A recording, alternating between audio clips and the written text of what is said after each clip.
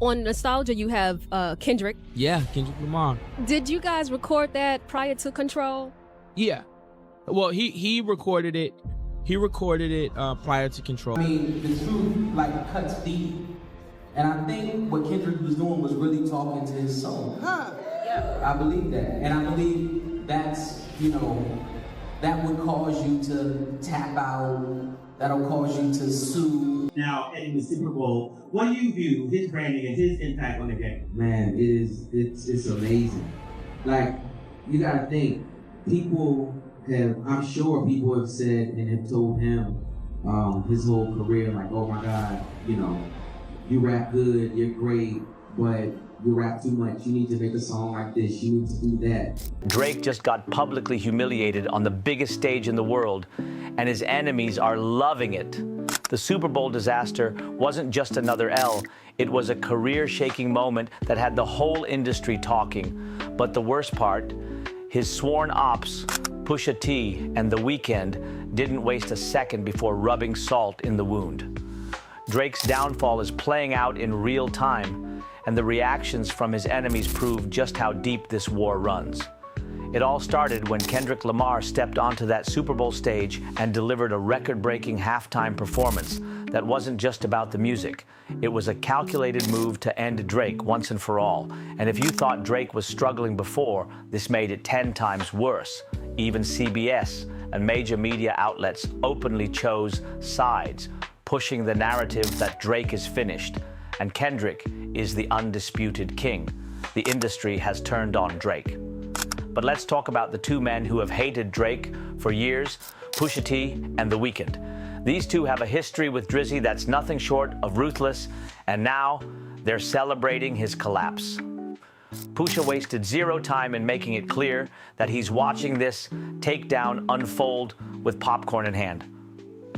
Right after Kendrick's record-breaking Super Bowl performance, Pusha hopped online and dropped a chilling message. Mission accomplished. Shout out to Oliver, of course, my brother. Oliver played me right here. This is my old building in Toronto. We were parked out here, it was raining, right here. Back. Hold on, turn it down. Yo, let me just say something tonight because now you need to talk this. I was here from day one. No context, no explanation, just pure disrespect. And let's be real, that wasn't just some random post. That was a dagger straight into Drake's chest. Pusha has been waiting for this exact moment since he exposed Drake for hiding his child back in 2018. He's been slowly chipping away at Drake's reputation, and now he's watching the empire burn. And then there's The Weeknd. Now, if you don't know the deep history between these two, let's break it down. Drake wanted full control over The Weeknd's career. Back when he was just blowing up, he tried to sign him to OVO, thinking he could own his talent. But The Weeknd, he had other plans. Instead of signing his soul away, The Weeknd walked away from OVO and built his own empire, making it clear that he was never going to be Drake's sidekick. But that wasn't all. Before The Weeknd even made his official debut, he gave Drake a ton of music, thinking it was all love. Drake, being Drake, took those songs and put them on his own album, Take Care. That album became one of Drake's most legendary projects, but it came at The Weeknd's expense. Drake thought he put The Weeknd on, but when The Weeknd signed with another label, Drake felt betrayed. And since then, it's been war. They've thrown shots at each other for years, subliminal disses, music industry power plays, and even stealing each other's women. I think that Kendrick is a lyricist, and a lyricist that talks to your soul. Like, you can be clever, you can say cute things, you can do things in cadences and so on and so forth, right? But the truth really hurts. Do you agree with the people that Kendrick won the battle? 1000%. How did he do it? And then we'll get to your part, because he talked about you, but I want to let you speak on it in general first. The Weeknd dissed Drake on Future and Metro Boomin's track, calling out his refusal to be controlled.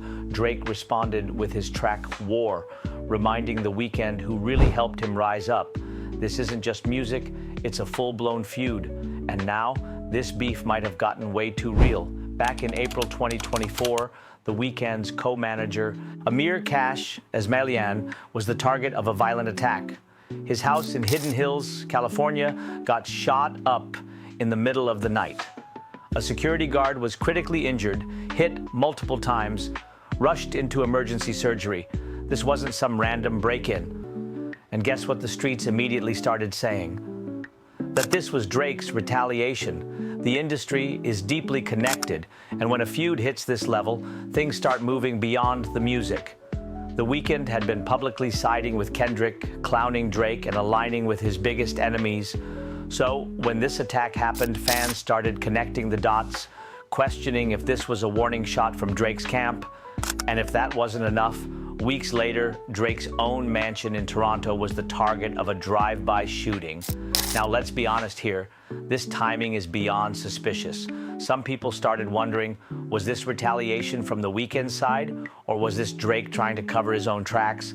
Think about it. If Drake was being accused of sending a hit, what better way to shift the blame than by making himself look like a victim too? And the conspiracy theories only got wilder. Some people seriously believe Drake set up his own drive-by to distract from the heat and make himself look innocent, because let's be real, Drake has been playing dirty for a long time. And instead of addressing this chaos head-on, what's Drake doing? He's making reckless, desperate moves. First, he launched a lawsuit against Universal Music Group, claiming they were boosting Kendrick's diss track, Not Like Us, through shady promotions. Drake is out here screaming that the industry is against him. But let's keep it 100% real. Drake was Universal's golden boy for years. He had no problem flexing his $400 million deal, name-dropping Lucian Grange like they were best friends, and getting all the perks of being the industry's favorite. But now that he's losing, now he's the victim. Even Kanye West called him out, saying Drake has been protected by Lucian for years. And this is where things get really messy. Instead of fighting Lucian Grange directly, Drake did what he always does. He went after the women close to him. Drake went and unfollowed everyone on his burner account except for Lucian Grange's daughter-in-law, Sophia Richie. And then he posted a pic of her in an OVO hoodie. This was a straight-up troll move, and it backfired instantly. People aren't just calling Drake reckless anymore. They're calling this self-destruction. He's spiraling in real time, making moves that look childish, desperate, and downright creepy. Let's not forget, Drake has a history of dragging women into his beefs. When Meek Mill called him out, Drake went after Nicki Minaj. When Pusha T exposed his son, Drake dragged Pusha's wife into the mix. When DJ Mustard dissed him, Drake went after his ex-wife. When Eminem clowned him, Drake followed his teenage daughter. And now, he's going after Sophia Richie, a married woman with a child.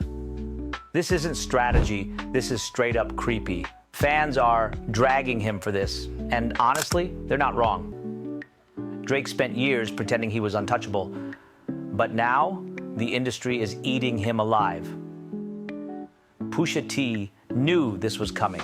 The Weeknd knew this was coming. And the whole industry is watching Drake crumble.